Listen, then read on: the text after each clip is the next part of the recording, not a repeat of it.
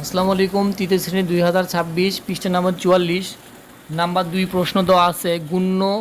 গুণ্য এবং গুণককে দুটি সংখ্যা ভেঙে লিখে দুটি সংখ্যা ভেঙে লিখে 8 গুণন 6 এর হিসাব করি। তার মানে ওরা একটা ডেমো দিয়ে রাখছে 8 গুণন 6 এর হিসাব করতে বলছে যেন একই হয়, অর্থাৎ গুণ্য এবং গুণককে যদি আমরা ভেঙে হিসাব করি, রেজাল্ট একই হবে। তো প্রশ্ন এটা, এখানে প্রথম প্রশ্নটা আছে গুণ্যকে ভেঙে লিখে হিসাব করি। গুণ্যকে ভেঙে লিখে হিসাব করি। গুণ্য কিন্তু আমার 8 কিন্তু আমার গুণ্য, এটা কিন্তু আমার গুণ। খেয়াল করি গুণ্যকে ভাঙতে বলছে, তাহলে এই গুণকটা আমরা ঠিকই রাখবো। তাহলে যদি ধরেন এখানে আমি 3 নেই, তাহলে কত হয়? 3 6 18। তাহলে দেখেন এখানে 8 থেকে কিন্তু আমি 3 অলরেডি নিয়ে নিছি, তাহলে থাকে কত? 5। এখন এখানে 5 হবে, নিশ্চয়ই 5 হবে। এখানে আপনারা বুঝবেন কিভাবে? যে কোনো সংখ্যা নিতে পারেন। তাহলে এখানে 5 6 কত হচ্ছে? 30। এখন যদি একত্র করেন, দেখেন একত্রে কিন্তু 48 হয়। এটা কিন্তু 6 8টা কিন্তু 48 হবে। এখন আমি যেটা বলছিলাম, ধরেন আমি আরেকটা দেখাচ্ছি। ধরেন এই যে 8 গুণন 6 আছে, আমি বলছিলাম যে কোনো সংখ্যা নিতে পারি। এখানে ধরেন আমাদের গুণকের কোনো চেঞ্জ হবে না, শুধু গুণ্যর চেঞ্জ হবে। তো এখানে যদি আমি ধরেন কি নিতে পারি, ধরেন আমি যদি 2 নিই, তাহলে কত হয়? 8 দুগুণ 6 দুগুণ হয় 12।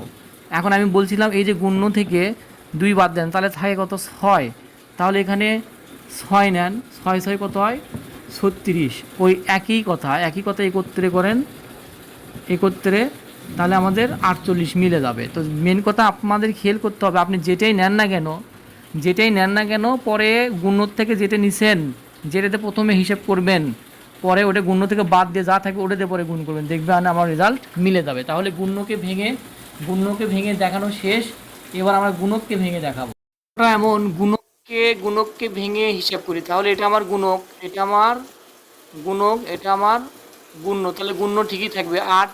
এখানে 8 গুণন, এখানেও 8 গুণন। গুণ্যটা আগে রেখে এখন গুণক চেঞ্জ করি। এখানে যদি 3 দিই, 3 8 2 দিই, 2 দিয়ে দিলে 8 দোকানে হয় 16। তাহলে আমি ওটা বলছিলাম, দেখেন এই যে 6 থেকে 2 বার 2 দিয়ে হিসেব করছি, তাহলে 2 বার দেন, তাহলে থাকে 4। এখন 4 দিয়ে 2 দিয়ে 4 8টা কত হয়? 32।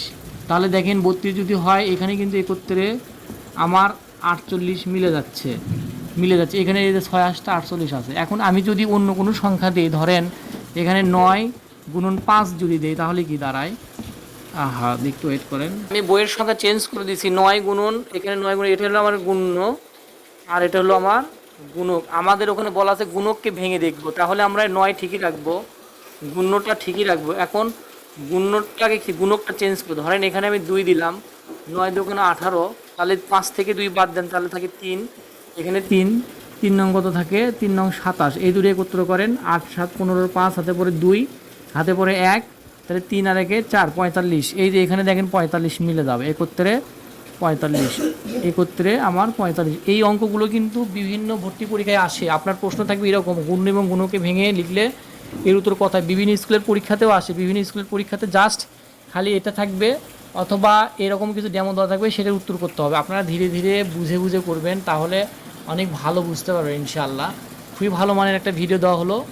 এই অঙ্ক কিন্তু অনেক বিভিন্ন ভর্তি পরীক্ষায় আসে, এবং সরকারি জেলা স্কুল, ভেম স্কুল, গার্লস স্কুলে কিন্তু এগুলো প্রশ্ন আসে।